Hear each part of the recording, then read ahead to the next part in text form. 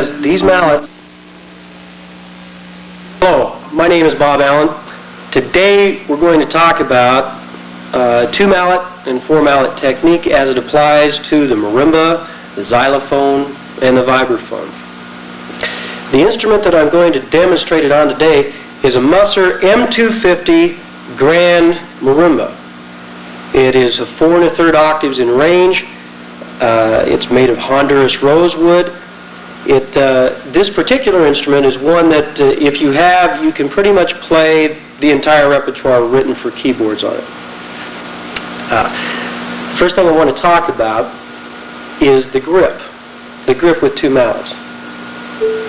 Okay, number 1, you want to put your thumb on the mallet, flat, parallel with the mallet. You put your index finger at the first joint, perpendicular to the mallet. That's called the fulcrum. That's where you grip the mallet. Put the rest of the fingers around the mallet, a firm grip, but not tight, and you're ready to play. That. Now, do the same thing with the left hand. Exactly the same thing.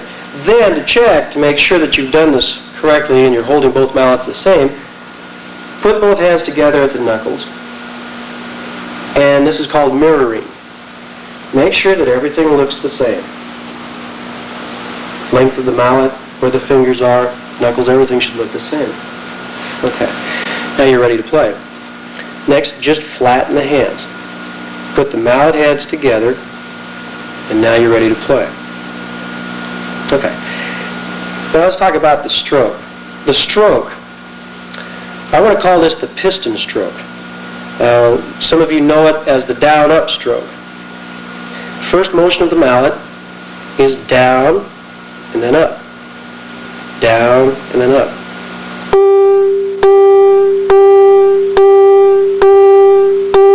Now, the reason I call this the piston stroke is because it's just one motion, just like a car piston. Straight up and down, straight up and down. No extra movement. We don't do this.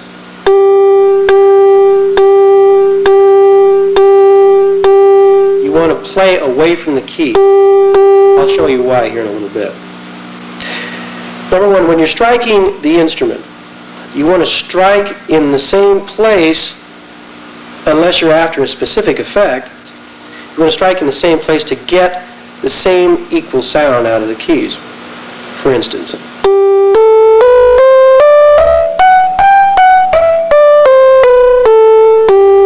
now I'm striking in the center of all the keys. Do that on the upper register also.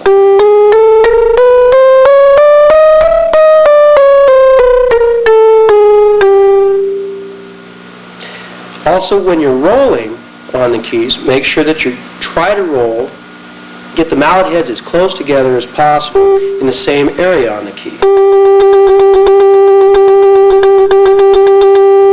So placement is extremely important. Okay, now, if you don't have the mallets in the same place, even sound, what happens is this. You can hear the difference. Note to note to note. So you have to be very careful where you play the instrument. Okay, now, what I want to talk about now is the type of motion that we want to use on the key to get from one key to the next key. Most of you are probably familiar with this, a square motion. Down, up, you move the arm, over the next key, down, up, bring it back. Okay, now, what I want to do is this. I want to combine both motions. You have 2 motions here. First, the vertical motion that the hand makes with the mallet, straight up and down. The hand goes down, brings the mallet up, and then your arm moves your hand horizontally to the next key. Straight up and down, and then your arm brings it back. So we have 2 functions here. The arm moves horizontally, and the hand moves the mallet straight up and down vertically. Okay, now, what I want to do is combine those 2 motions. This is what I call efficiency of movement. I want to combine these 2 motions. So when the hand goes down, as it's coming up, the arm moves the mallet. Just like that. Down, and as the mallet comes up, the arm moves. So we're combining both motions. Remember that as the arm's moving, the hand is still bringing the mallet straight up.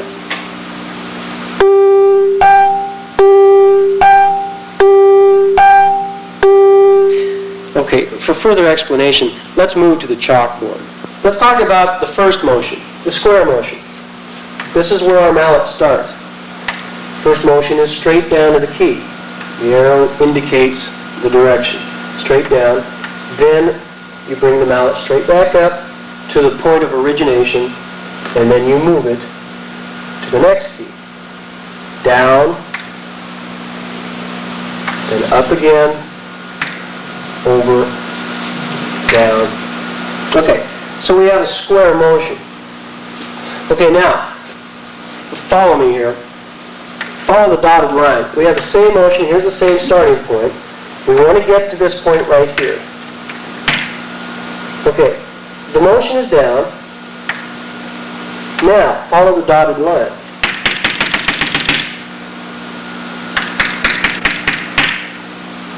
Now, what do you think that does to the motion? It cuts the time element in half, almost in half. That's what I call the efficiency of movement.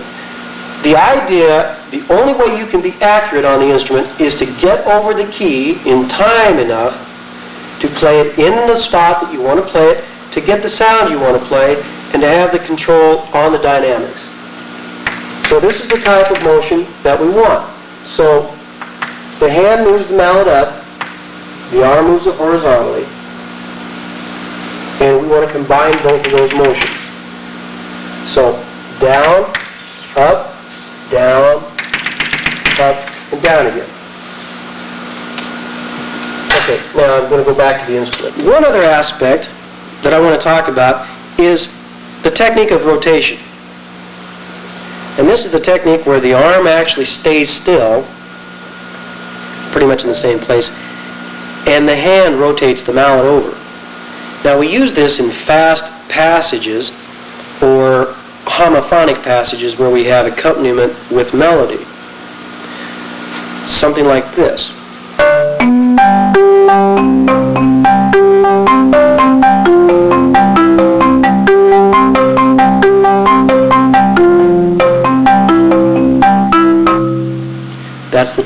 I just demonstrated rotation.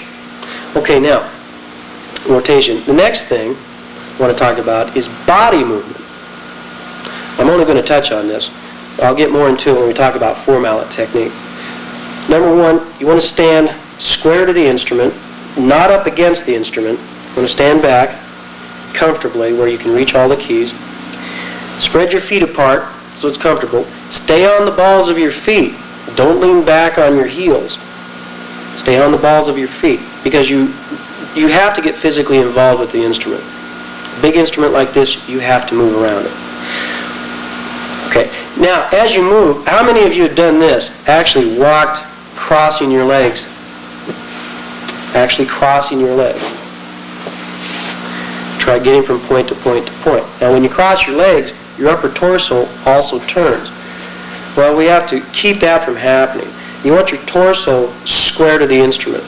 You don't want your torso to be turned because if you're playing down here and you're having to turn your body, what happens is you have your whole body involved. It's going to slow down the process and you're going to have a tough time getting from point A to point B. So what you want to do, and this goes along with efficiency of movement, the idea of getting from point A to point B as fast and quickly as possible, is a straight motion. Keeping the shoulders square, the upper torso square. Now to do that, we don't want to cross our legs. We don't want to stand like this. What we want to do is step. If we want to play down at this end of the instrument, we step.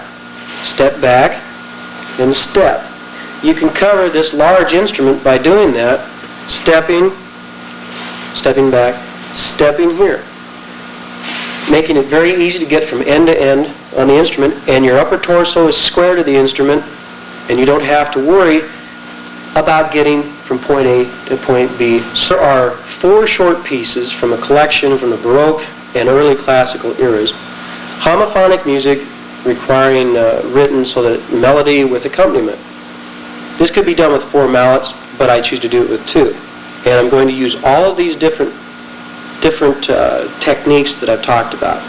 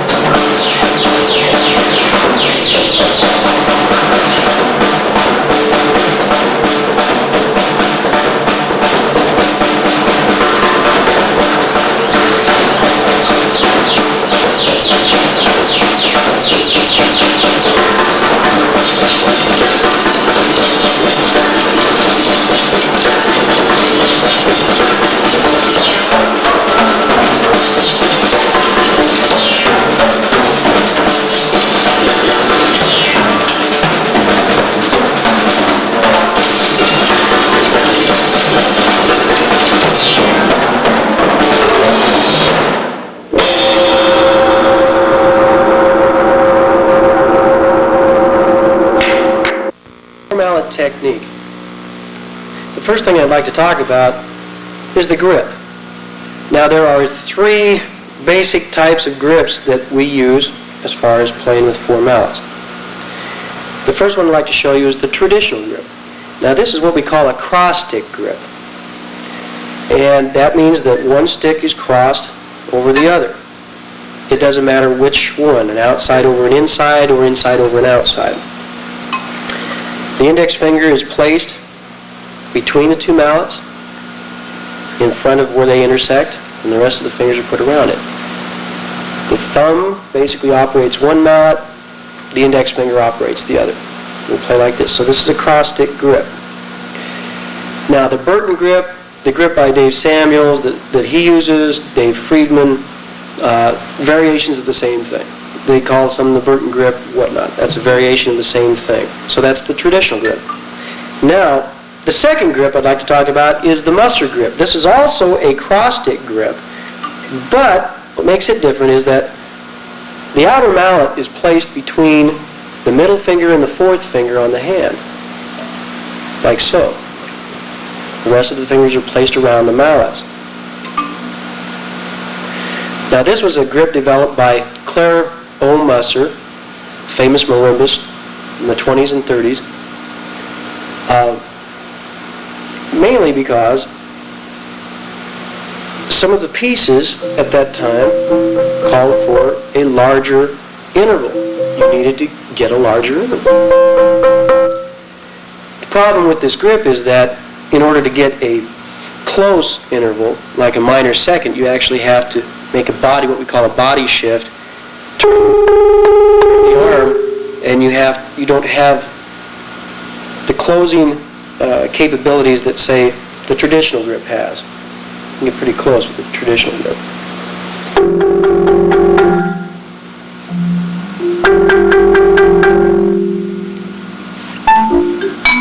Okay, that was the Musser grip.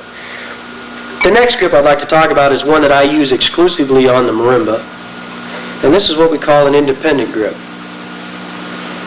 Each mallet is held separately from one another. This one, the outside mallet, is placed between the middle finger and the fourth finger, and those two fingers, I should say the little finger and the fourth finger, wrap around this mallet and hold it. The other mallet is placed with the end of the mallet somewhere in the palm, at a point in the palm right underneath the thumb, and lays across the first joint of the index finger, the thumb on top. Now this is different in that the other two grips were a hand-over grip, what we call a hand-over grip, where the hand was on top. In this case, the thumb is on top. Now the left hand is gripped the same way. Now as you can tell, if I hold these mallets straight out, there's quite a bit of difference between the outside and the inside mallet on each hand. In order to overcome this, I let the top mallet hang a little bit to even it up. That way I can strike keys simultaneously, or double stops simultaneously. Okay, that's the grip that I'm going to use. I want to talk about the stroke types possible with this grip. The first one I want to talk about is the single independent inside stroke. The inside mallet on each hand plays independent. Now, as you can tell, my hand is not going straight up and down, otherwise the outside mallet would be striking at the same time. What I have to do is rotate around that outside mallet. So the hand is actually rotating like this.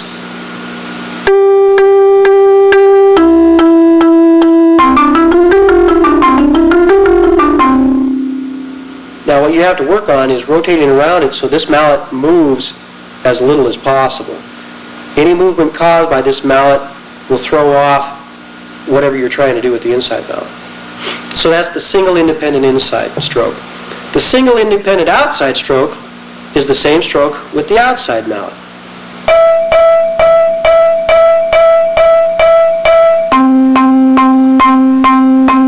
Same thing you have to do here. The hand cannot go straight up and down like this because both mallets will move simultaneously. So this hand, the outside mallet, has to rotate around this mallet. The hand has to rotate in such a fashion around this mallet. Now, the hand rotates, the whole hand moves. Many people do this. They snap down with the little finger and the fourth finger. And that will cause unnecessary accents and an imbalance in your playing. So the whole hand has to rotate around the inside mallet.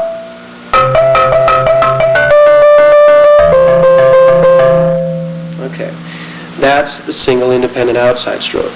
Single alternating strokes. Now this is with one hand, and the single alternating strokes are strokes alternated between the inside and the outside mallet.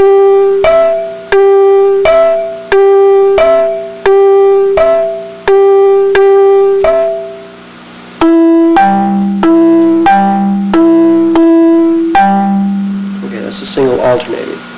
It's a combination of the single independent inside and the single independent outside. Okay, now the next stroke is the double vertical stroke. And that's with one hand, both mallets in the same hand striking simultaneously. So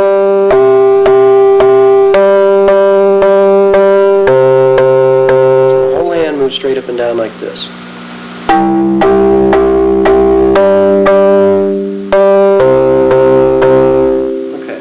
The next stroke is the double lateral inside.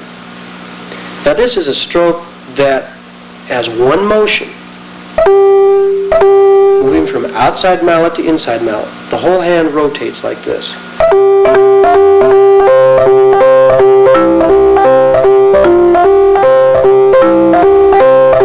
This is the basis, this particular stroke is the basis for one of the rolls that I will talk about here in a minute.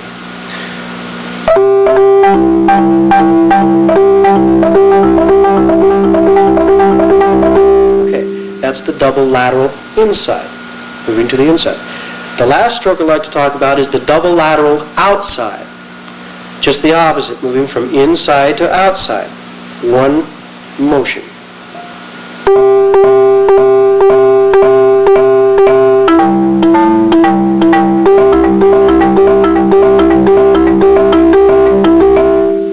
That's the double lateral outside.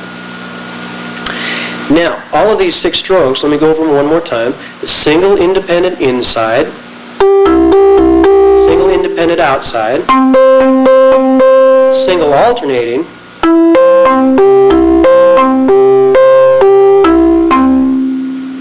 the double vertical, the double lateral inside,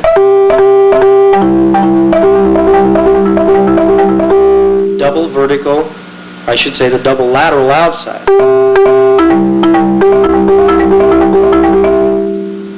Okay, now I have an exercise from Method of Movement by Lee Howard Stevens from the book. It goes something like this to demonstrate how all of these strokes can be used in a single passage.